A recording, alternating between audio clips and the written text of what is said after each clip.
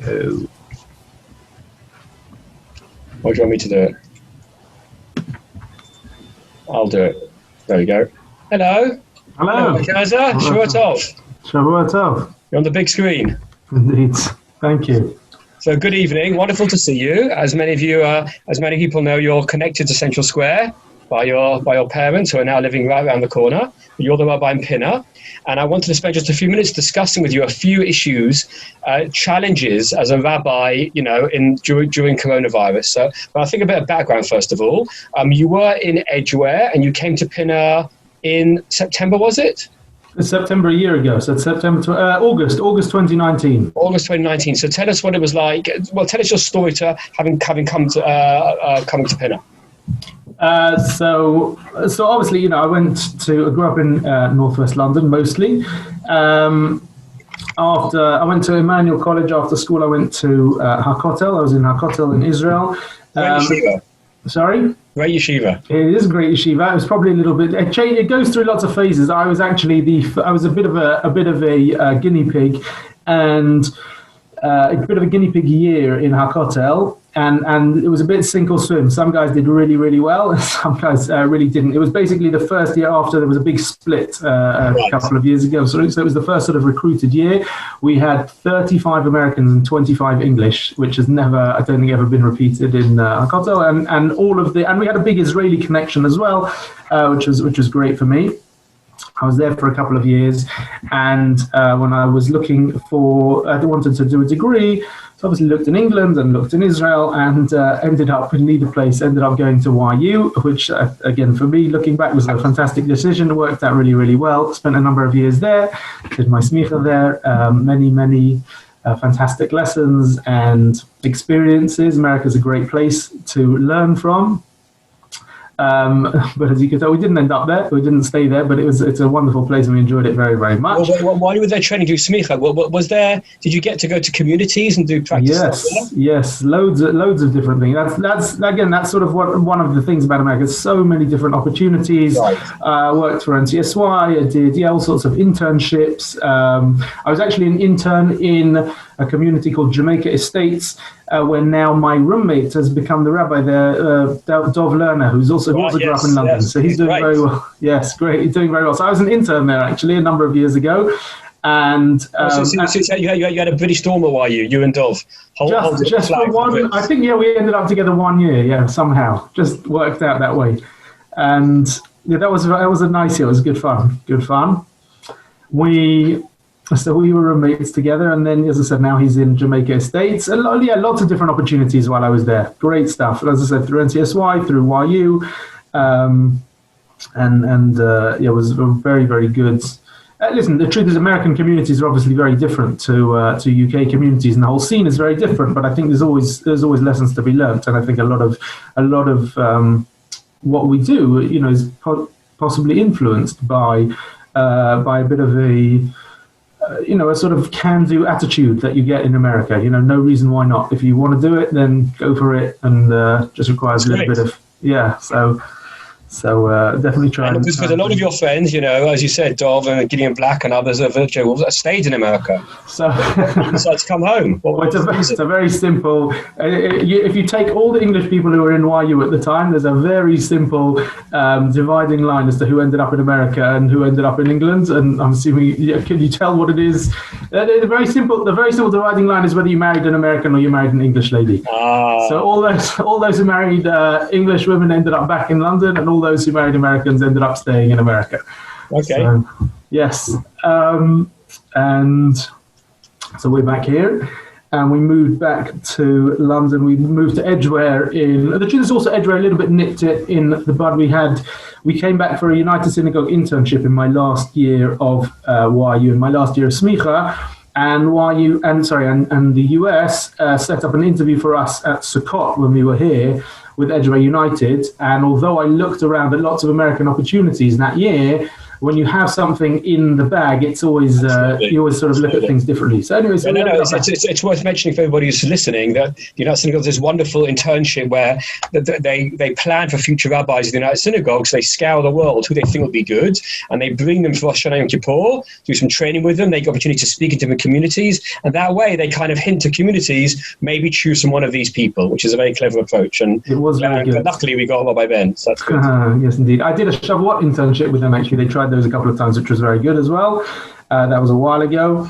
And so we ended up back in Edgware. We spent 5 lovely years in Edgware. I was the assistant rabbi in Edgware United, which was also a great learning experience. Lots of success, lots of lessons as well. It was a great time, and Edgware was obviously a very changing place over those. Was it a big shock for you after being in America for so long? The English style Shabbos morning? Yeah, a little bit. I mean, the truth is, it's funny because we never, although obviously we used to go to Rally Close, I didn't really grow up in United Synagogue per se, and before that we were in South Hampstead, so it took a little bit of getting used to, but not massively. I mean, we're familiar enough with it to know, and the truth is that every community is so different. The reality. No, I wasn't asking you familiar, because I think you're familiar as well. But was it frustrating or difficult? Was it like, oh, I wish it was something else, or were you like, I love this. This is my home. This is what I want to do. No, it's a bit of both. I mean, there's always elements of frustration. I think wherever you are, there's going to be elements of frustration. But familiarity is a big thing. So, although you say, yeah, it was familiar, but familiarity is a key part to that, just the tunes and things like that. And we used to have a little bit of fun banter between myself and the Gaboim sometimes on some of them in Hagim. I think it's nice to praise the Queen again. Yes, it was nice to praise the Queen. It's definitely better than the American. The prayer for the American government was not as much fun. Yeah, although you've been there for the last 4 years, and praising the president for the last few years must have been quite difficult for American Jews. Anyway, the Queen's always good, but carry on. Yes. No, that's fine. Yeah, with my passport, I still officially get a vote, actually. So but really, we'll leave that for another time. So Edgware was wonderful. We enjoyed it very much. As I said, Edgware was a very changing place at the time, and obviously very different to Pinner as well. But we were looking for the next opportunity, and Pinner came up, and we were in touch with the community. We had an interview. It was quite a long process. I remember it was very long process in the end, and we ended up having a very significant interview, which was about 4 or 5, I can't actually remember. It was a long interview when Abby was 38 weeks pregnant, which was good fun. Yeah, with us together, and then we moved there, as I said, summer of 2019, and really just in time in many ways. I mean, it was a very strange first year in the community. We had sort of 7-8 months of getting our feet wet, getting to know everybody, getting familiar with what Pinner does, and then the last 9 months or so, obviously, we've been thrown into a bit of madness, as has everybody. All right, so hang on 1 second. I've got the security issue here. Sorry. Don't worry. Sorry. I was at the college. I want me to vouch for you, Raphael. I'll be able to set up the alarm. It can happen. Okay, I'll try. If I can't, I can't. If it shows you battery again, the same message. I mean, the one that stands out in my mind, because we'd already started pushing it. I remember the poster, and we were like really pushing it quite heavily. Is Pinner always has a lovely summer Suda series, so we have Suda Shlishit sort of going from Pesach to or whenever it is. I have to sort of when the clocks change. I think I don't remember the exact date. And we'd already started, Purim time. It was just beginning to sort of filter out that we were starting, and that was very exciting. And I had all sorts of shiurim that I was going to do, and Abby was going to do, and it was a whole. I remember it because it was a whole 2020 theme. We'd built it around vision, around all sorts of different visions, which was right. Which I was quite excited to do. So that obviously disappeared quite It's a shame. In the first year of a rabbi, the community is really up for new things. It's a great opportunity, and then to get taken away must have been very difficult for you. Yeah. I mean, I think initially it wasn't something we, when you have opportunities taken away from you, sometimes you feel that disappointment. I don't think we had time to feel that disappointment initially. Right. It was obviously very, very busy. March and April were difficult months, but again the community was fantastic. I've been very, very blessed to work with a fantastic executive in Pinner and council. They've been really, really good, and the whole team have been really amazing actually. So when COVID hit, what was your main focus? Was it people catching, or were you involved in burials a lot? It was very much week by week, as I'm sure it was for everybody. Day by day. I remember we had a meeting on a Monday evening about whether we should keep the shul open or not, and at that time. And looking back, it's so foolish. But at the time, everyone we had all these. It's amazing how hesitant everyone was at the time, and how obvious it is in hindsight.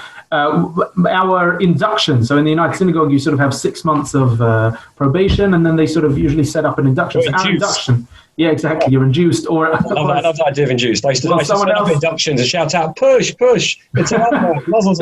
It gets better because the other word they use is installed, which I feel like makes it sound like I'm sort of being nailed to the wall, like a painting. Like a painting, or actually, someone I know misread the word and asked me when my indoctrination was. So I like that. So there you go. So that was supposed to be on March the 15th, and that was So that was also like touch and go. It was a big focus of planning. We spent a long time planning it, and in the end, again, we postponed it, cancelled it, with a few days to go. In hindsight, a obvious decision, but at the time, I just remember agonizing over it, and all the different parties we were consulting with were sort of saying, "Oh, it's your choice. It's up to you guys. We'll support you either way." And again, like I said, it's an obvious decision now in hindsight, and we're very pleased that we did postpone it. But that was So initial focus. Yes, we did have a lot of burials over that month. We also focused a lot on supporting people, and Pesach. Pesach was coming, so actually that was one of the first sort of exciting projects that I think we did through coronavirus, which actually gained more traction as a result of coronavirus.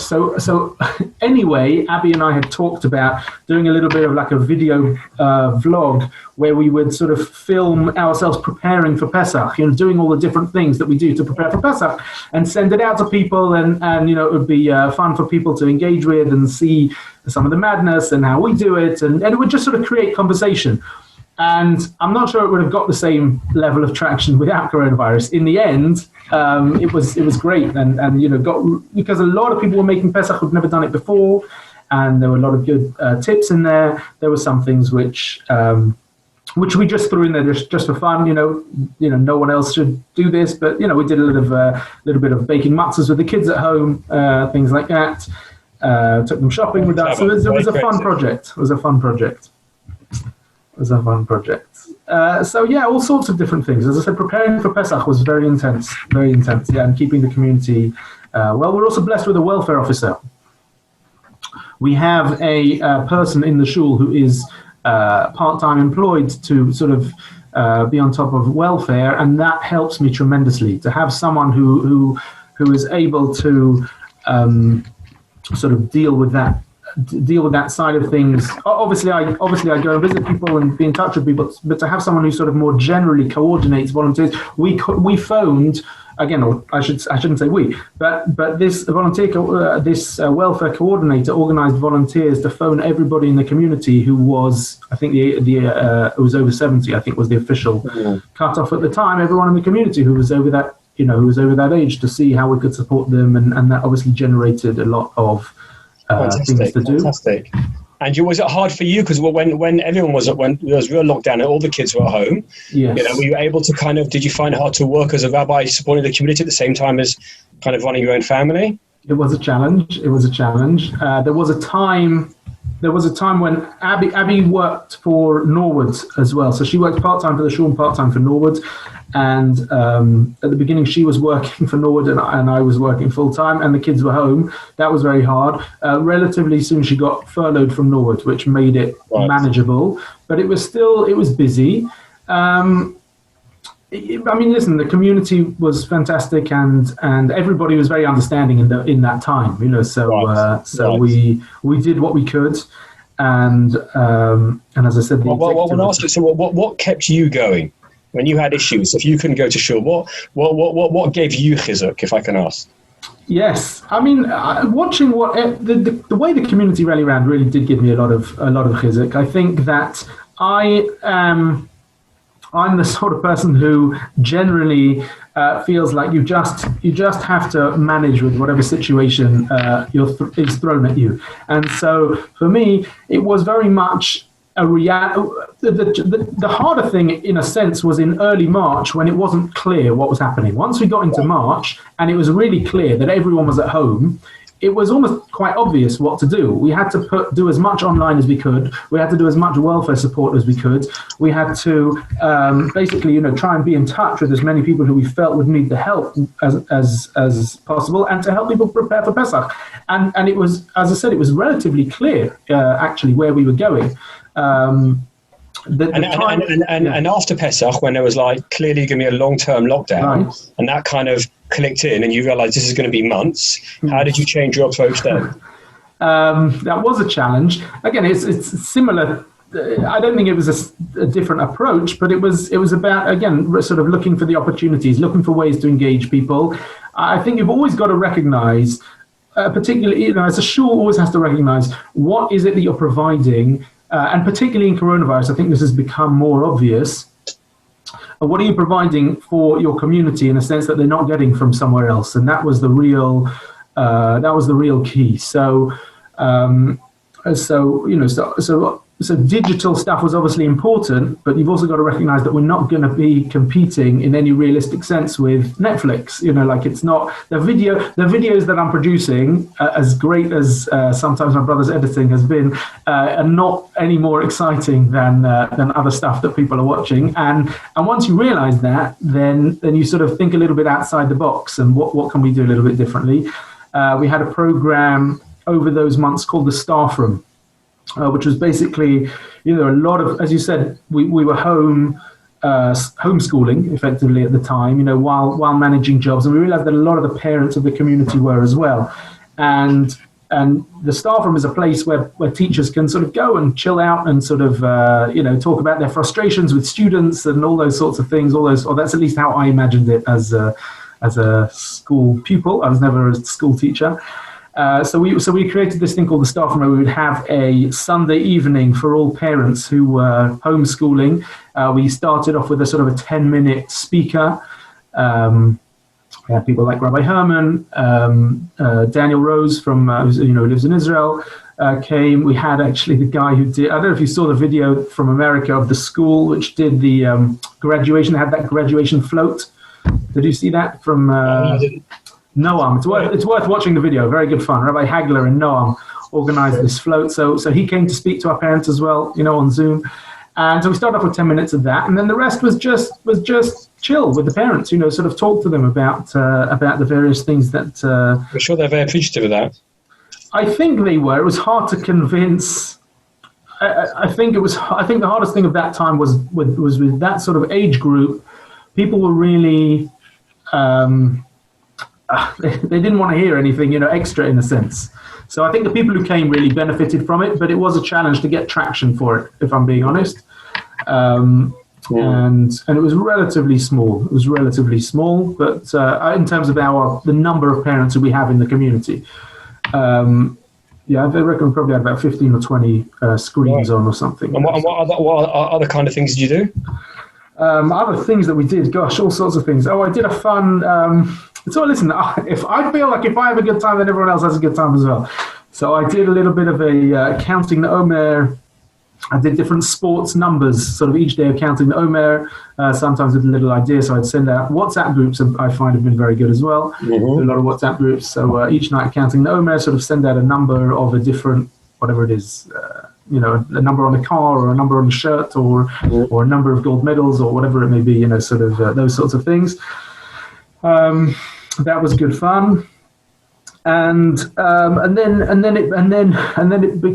we became swallowed up with organising Yom HaNoraim really quite soon after that. That became quite a big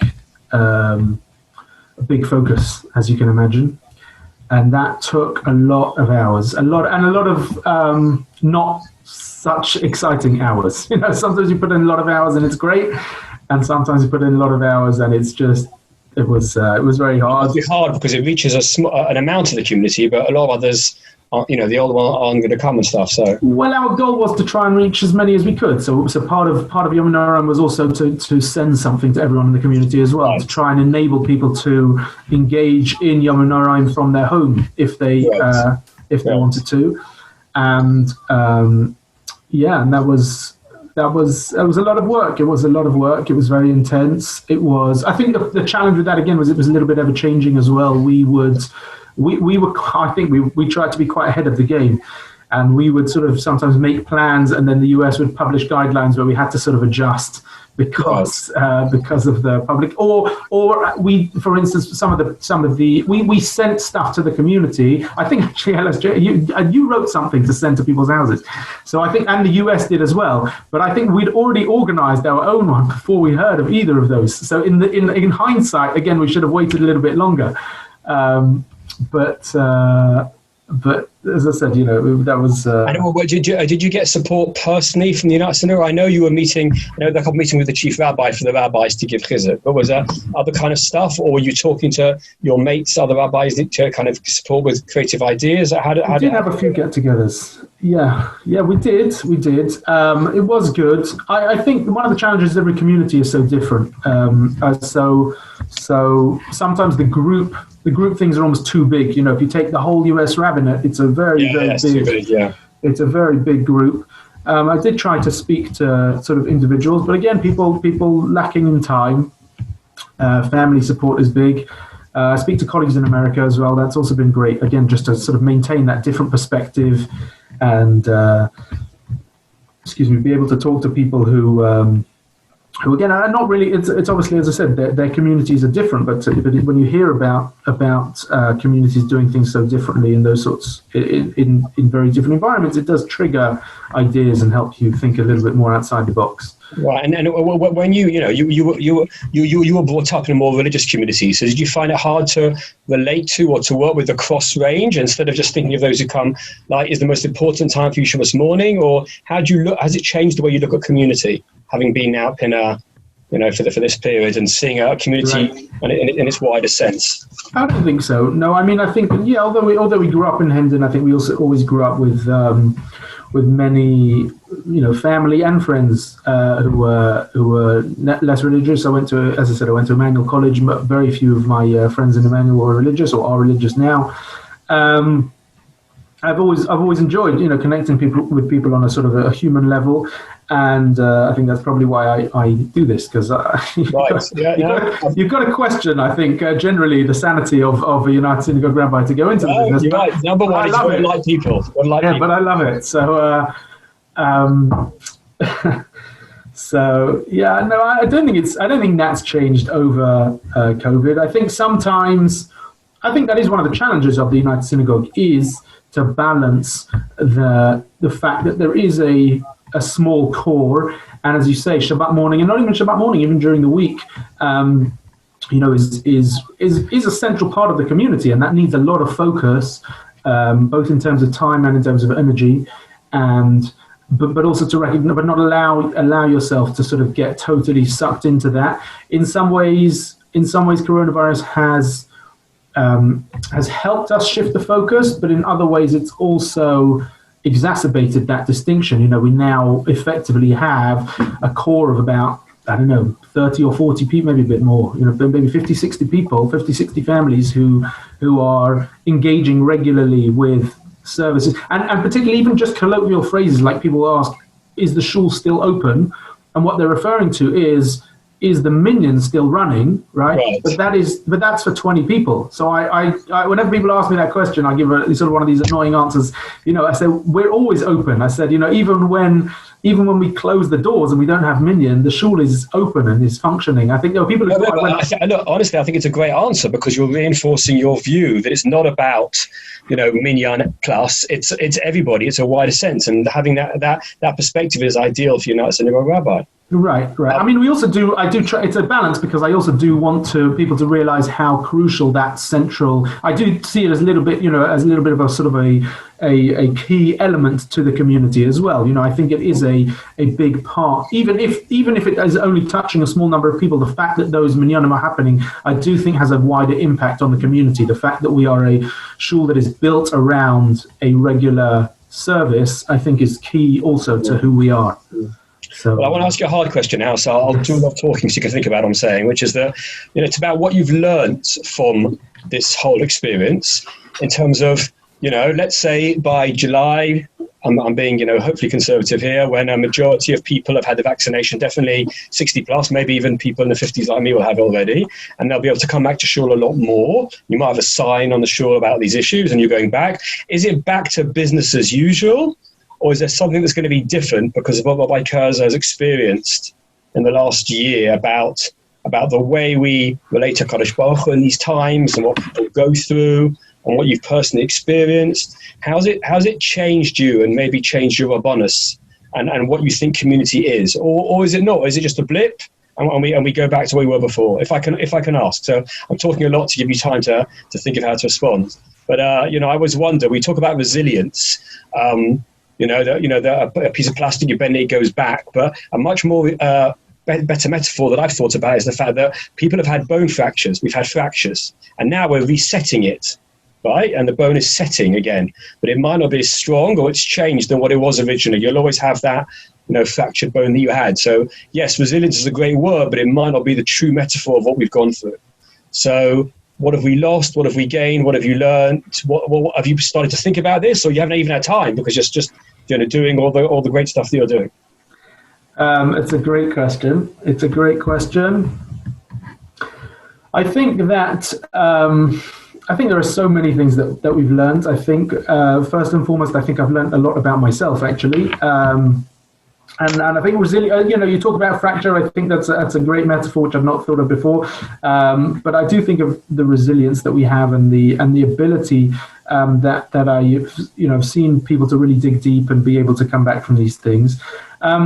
I think, if I'm being totally honest, I don't think. I think the biggest lesson that I'm going to take from this is not something that I didn't realize before, but it's perhaps something that has just it's almost reminded me of this more than learning something new, and it's a little bit of a sort of an if not now when, because I think if you have someone who goes through let's say a trauma, bereavement and those sorts of things, and you think about the shortness of life and that sort of thing. There's a great Dvar Torah actually of Yaakov and Esau, that sort of whole interaction with the lentils and the selling of the birthright, that is precipitated by Avraham's death, because they both now are. There's sort of two ways in which you can. When you lose a mentor, when you lose someone like a grandparent, a parent, someone very significant, you can take that in two ways. You can sort of give up, like Esau does, and says, "Hine ani holech lamos," what's the point? I'm just going to give up everything because life is too short. Or Yaakov says, "I have a mission, and today is the day I want to start my mission, and I want to make my mission happen." And that's why he really focuses on the birthright in that moment. And I think that. That COVID has sort of reminded me that it's very easy to get sucked in to busyness of life and busyness of the rabbinate and the shul and keeping it going and meetings and I don't know what and all sorts of things, and there's so many different things, and I think it's really crucial to be able to think ahead, and although we've been very busy, I do think there's been an opportunity to sort of forward plan here and to think about where are we going as a shul, as a community, as individuals, what is our aim and how are we going to get there? And it's a little bit of a reset. I don't know if it will work, but my hope is that when we come back, it will be an opportunity to really begin to sort of start again. Sometimes, particularly within the US, actually, one of the biggest. The US is great for its traditions and its customs and all those things, and I don't criticize any of them. But sometimes some of the obstacles are, this is the way we've always done it, and this is the way we've always done it. And actually, having had 9 months plus of doing things differently, we've had we will. I don't know when this is going to, as you say, we don't know when we're going to come out, but we will basically have had a full year of not doing anything the way we've done it before. And it's an opportunity to come back and say, given that we've not done it this way, now that we've done it differently, should we look at these things differently? Right. Yeah. And I just think it's a real opportunity in that sense to be able to reanalyze, to focus. I think all schools want to, in theory, focus on their entire community. In practice, you can't focus on your entire community, but I do think that you can begin to expand more than you do. I think, let's say if you look at it as percentage, if a shul is let's say regularly engaging with, for example, 20%, you may not get to 100%, but I think you've got to get it to at least 50 plus. Right. And you're going to have plans and programs that are focused on those different groups. Yeah, definitely. And it takes. Yeah, and it means that the 20% have to recognize that shift in focus will require require a little bit of give and take on their part. No, you have to. The challenge of the rabbi is to assert that and to not, as you say, be beholden to that 20%. Right. You have to reach the wider community, but it's really hard. We have to end now. I'll give you a minute to summarize the end.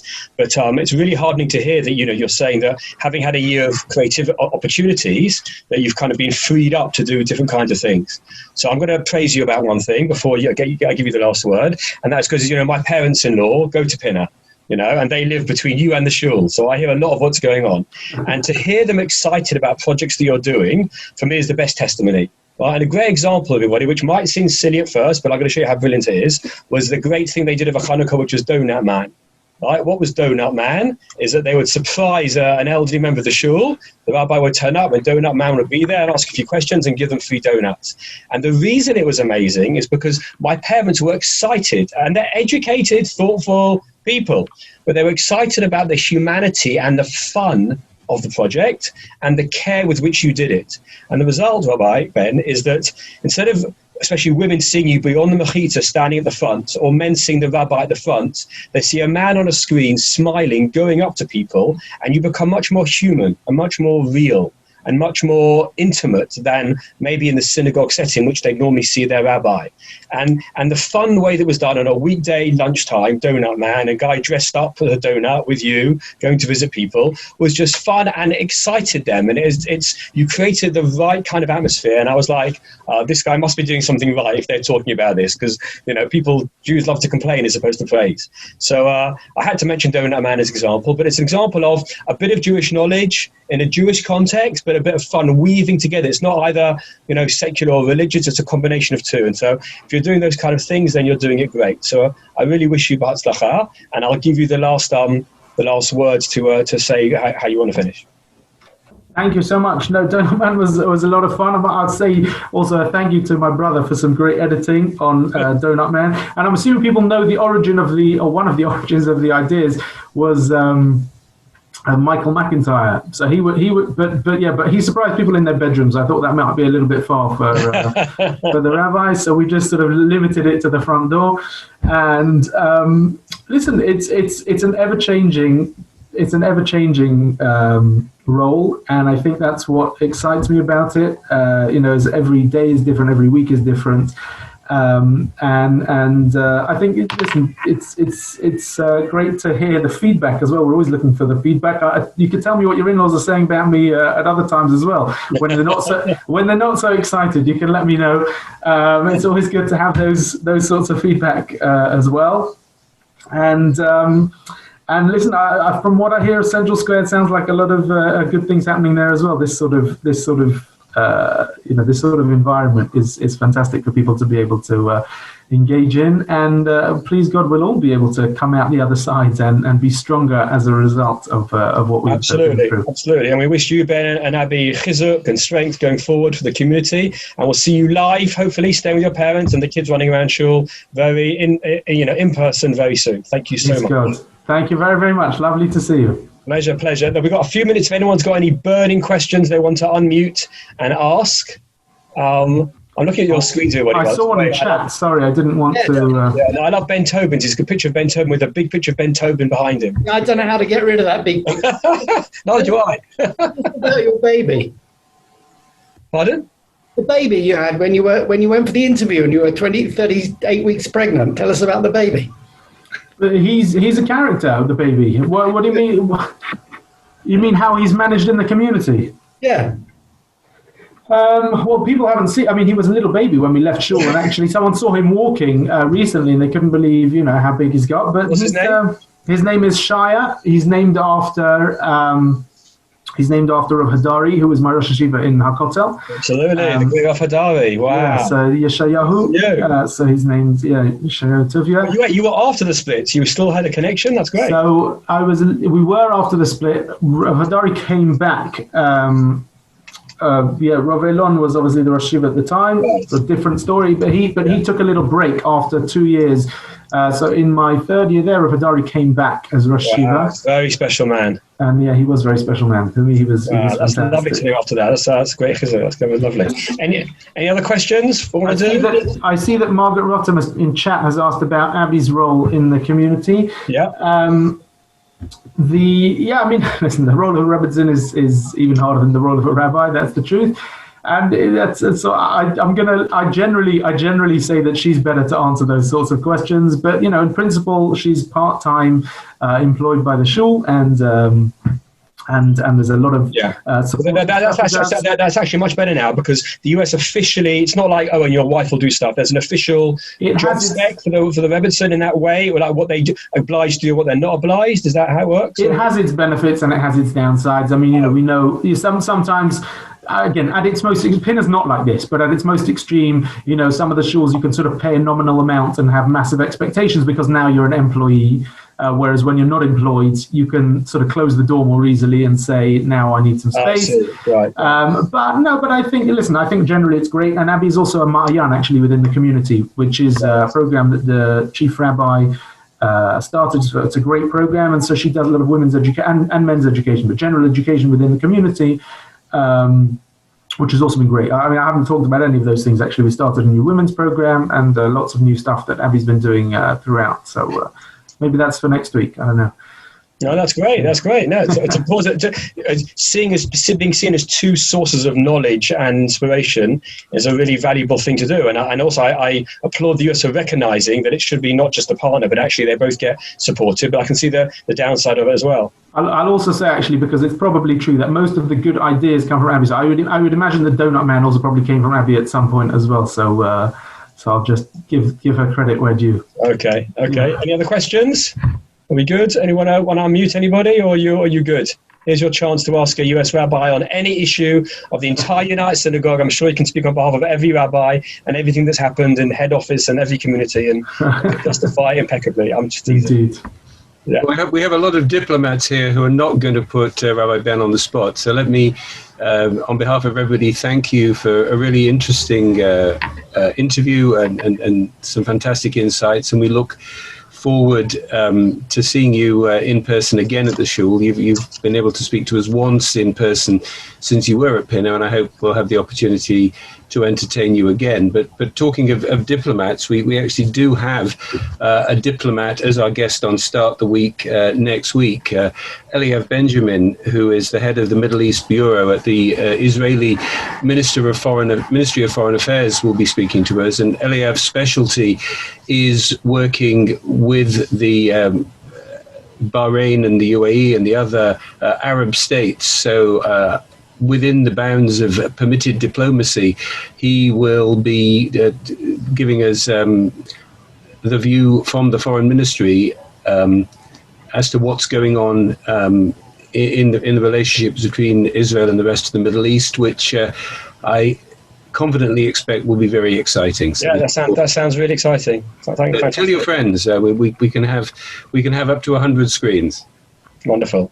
Thank you so much, everybody. Then good night, and see you soon. Have a good, safe week. And on Monday, do feel free to join us for the study group. Marcus Fried leading us in the study of the works of Rabbi Sachs. Those of us who've attended it up to now have thoroughly enjoyed it. Again, the more the merrier. Great. Thanks, everybody. Shavua tov.